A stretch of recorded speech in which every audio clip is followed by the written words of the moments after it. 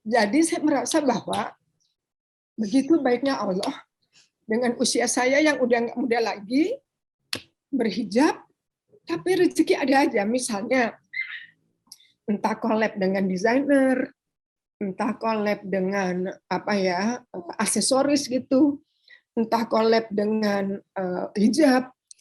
Pergulatannya adalah pertanyaan adalah akankah saya masih populer gitu? Karena popularitas itu seperti candu sebenarnya. Gitu. Saya takut tidak populer. Lalu yang kedua, jika tidak populer akhirnya saya tidak mempunyai uang karena saya tahu persis kepopuleran saya itu adalah menghasilkan uang. Rasulullah mengatakan khairukum anfa'uhum linnas. Sebaik-baik kalian bukan yang banyak sholatnya, yang pergi hajinya, itu baik. Tapi sebaik-baik kalian yang hidup ini memberikan manfaat banyak terhadap orang lain.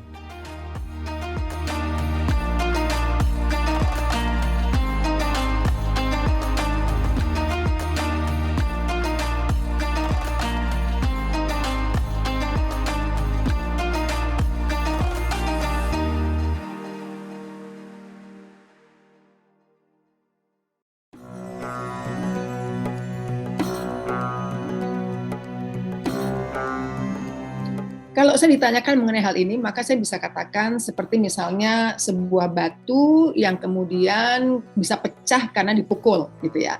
Artinya, batu itu pecah karena kontribusi dari berbagai macam pukulan yang menghantamnya, gitu ya. Sehingga kalau ditanyakan kepada saya, apa yang membuat kemudian saya berhijab, ya karena memang itu ada pengalaman-pengalaman yang membuat saya tafakur, yang membuat saya introspeksi, sehingga yang membuat saya belajar, gitu ya. Sehingga ya akhirnya kemudian saya berhijab. Mungkin yang saya bisa katakan bahwa ya mungkin bisa jadi salah satunya adalah ketika suami saya sakit misalnya. Itu mungkin yang terakhir lah, yang terakhir. Mungkin juga ya ada pukulan-pukulan lain yang membuat mungkin karena juga saya mulai rajin waktu itu datang ke majelis taklim, jadi saya juga banyak membaca dan akhirnya kemudian ya nutup. Dan saat itu juga saya melihat ini saya bisa katakan bahwa Inneke Koesherawati adalah model yang menurut saya bisa membangun citra wanita berhijab itu nggak kumuh. Itu tuh ceritanya gini, waktu suami saya wafat gitu ya, suami saya wafat, kemudian saya mulai menata hidup saya lagi karena ketika saya bersama suami saya itu kan saya nggak kerja gitu ya. Jadi ya udah saya sebagai istri dan ibu rumah tangga. Jadi ketika kemudian suami saya wafat, maka ya saya harus berpikir ada Allah menitipkan kepada saya 2 putri gitu kan. Jadi saya menata hidup saya lagi. Nah, ketika saya menata hidup saya itu lagi, ya tentu ada dimensi fisik, dalam arti kata materi yang perlu saya pertimbangkan. Tapi ya Masya Allah ada sahabat saya yang kemudian mengajak saya untuk mengasah dimensi spiritual dalam arti kata mengikuti majelis tafakur gitu ya. Ada keraguan itu gitu, tapi ya alhamdulillah sampai saat ini ya bisnis saya ya tetap jalan begitu di modeling school saya dan alhamdulillah subhanallah ya semua Tuhan yang ngatur. Justru sekarang ini banyak yang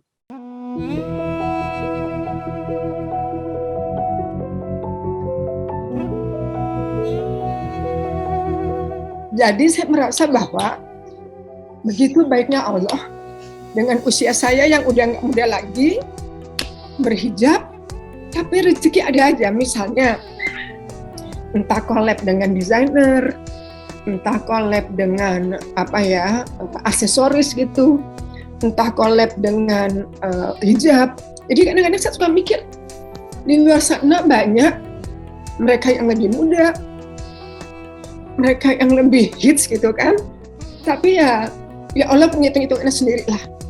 Nah jadi kalau sekarang saya ikut majelis taklim yang di ustadznya suka datang gitu ya Pak Osman Shihab gitu ya. Kalau beliau mengulas suatu ayat, ya cara berpikir saya adalah kemudian mencoba menarik pada perilaku sehari-hari. Apa yang saya cari ya ilmu kalau ya. Karena menurut saya awalnya saya ingin belajar itu aja gitu ya. Saya ingin belajar karena tadi mungkin bukan saya ingin belajar, tapi awalnya adalah ketika saya diajak ikut Mutiara Tauhid ini oleh Susi gitu ya.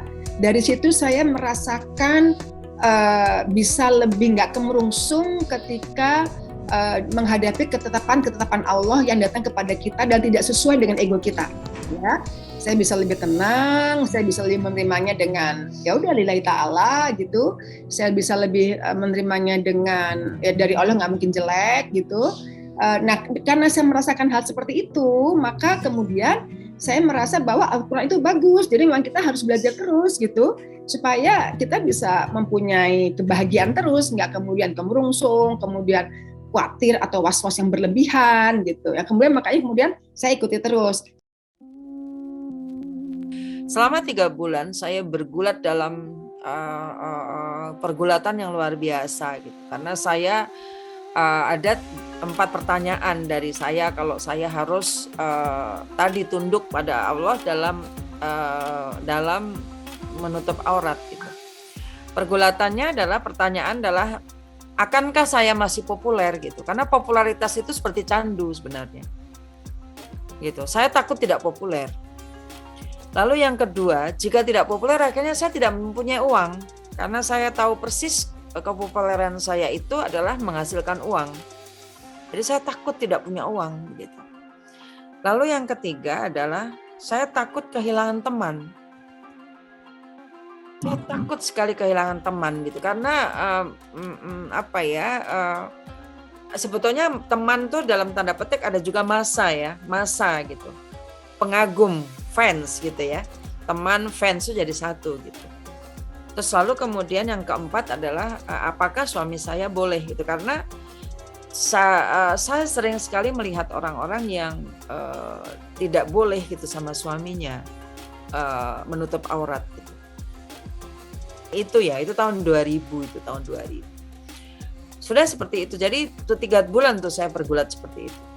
Itu tuh benar-benar hebatnya Allah, itu luar biasanya adalah seperti itu gitu. Satu hari itu saya harus ngurus honor saya untuk Family 100 di sebuah agensi iklan gitu ya. Waktu itu yang hubungin saya namanya Mbak Fitri gitu. Saya hubungin beliau gitu untuk menanyakan honor Family 100. Terus kemudian saya telepon gitu. Saya telepon Indosiar, sama Indosiar sudah ditaruh di agennya gitu. Saya telepon gitu menanyakan itu. Tengah-tengah menanyakan itu, tidak ada angin, tidak ada hujan, si Bu Fitri ini menanyakan kepada saya, apakah Mbak Ratih berkeinginan untuk memakai kerudung? Lah saya kaget dong. Loh kenapa? Saya bilang itu kok pertanyaannya itu. Karena kami sedang mencari bintang iklan yang harus memakai kerudung karena mengiklankan kosmetik yang halal. Coba bayangkan, saya dari dunia kecantikan disuruh pakai kerudungnya karena ada iklan kecantikan. Jadi hidayah saya itu, saya merasa tidak mencari loh saya. Saya dilempari sama Allah hidayah. Jadi saya datang ke ulang tahun, saya mengenal Ustadz Usman Shihab, itu kan akhirnya dalam kepikiran, lalu kemudian saya galau, lalu kemudian diberi penawaran iklan.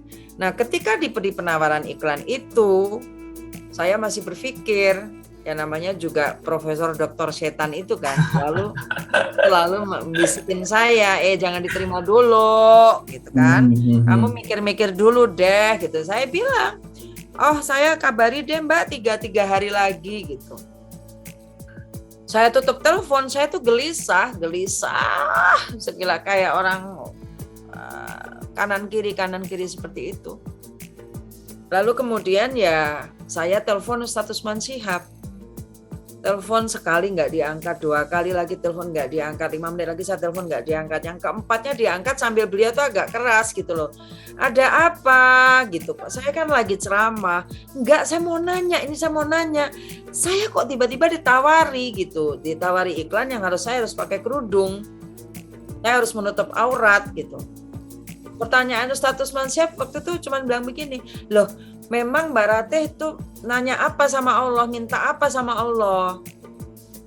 Ya saya minta aja kalau saya ingin menjadi anak yang bisa mendoakan ayah saya almarhum. Gitu. Ya ini jalannya dikasih sama Allah. Udah nggak usah mikir-mikir lagi gitu. Ya ternyata saya nggak kehilangan, malah nambah. Fans saya malah nambah gitu. Di gang-gang, di musola-musola, ibu-ibu gitu. Allah menunjukkan bahwa kamu takut kehilangan uang. Aku beri uang sebanyak-banyaknya.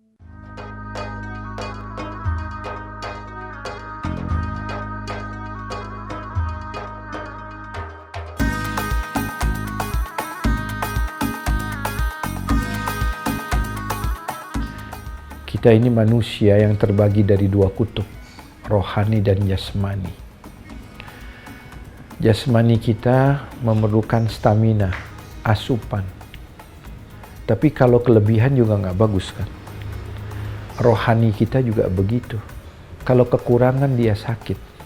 Nah kebanyakan mereka itu kan sangat sibuk sekali. Memburu dunia ini luar biasa. Tidak ada waktunya dari pagi sampai gelap. Dari gelap ke gelap kalau bisa. Kadang-kadang boring.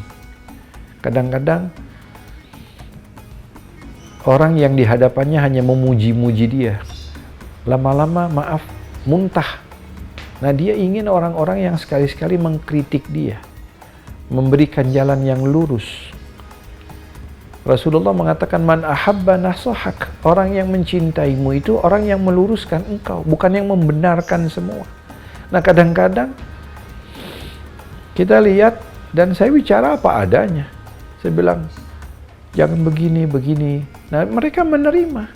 Karena kita nggak niat apa-apa kok. Kita nggak mau apa-apa.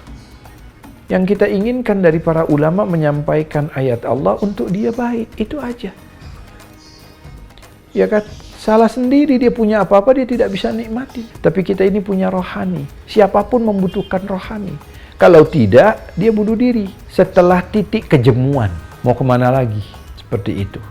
Mereka alhamdulillah bisa menerima kalau kita metodenya benar. Jangan menghukum orang, menjudge orang. Tuhan aja baik kok.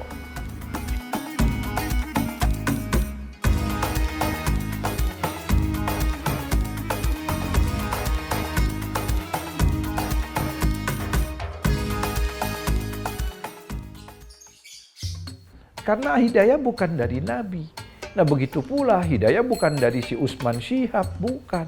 Kita hanya menyampaikan bagaimana cara metodologi penyampaian agar orang itu terbuka, mengenal dirinya. Dirinya bukan siapa-siapa, mau presiden atau pengemis, awalnya sperma, akhirnya bangkai. Keluar dengan najis, masuk dengan najis. Keluar tidak berbusana, pulang 14 meter kain kafan. Walaupun dia punya 5 juta hektar, tetap 2 kali 1. Nggak pakai king coil. Subhanallah. Nah, disinilah Islam mengajarkan menyadarkan diri. Hidup ini belajar 3 kata para ulama. Yang pertama, belajar hidup untuk tidak merasa memiliki sesuatu. Yang kedua, belajar untuk tidak dimiliki oleh sesuatu. Yang ketiga, berbuatlah pada sesuatu bukan karena sesuatu itu. Nah, ini kita menjalani hidup sehingga ketika kita merasa memiliki sesuatu, semakin lelah kita. Jadilah tuan dalam dirimu. Jangan jadikan dirimu budak pada sesuatu. Itulah manusia merdeka. Kita budak hanya kepada Allah yang menciptakan kita.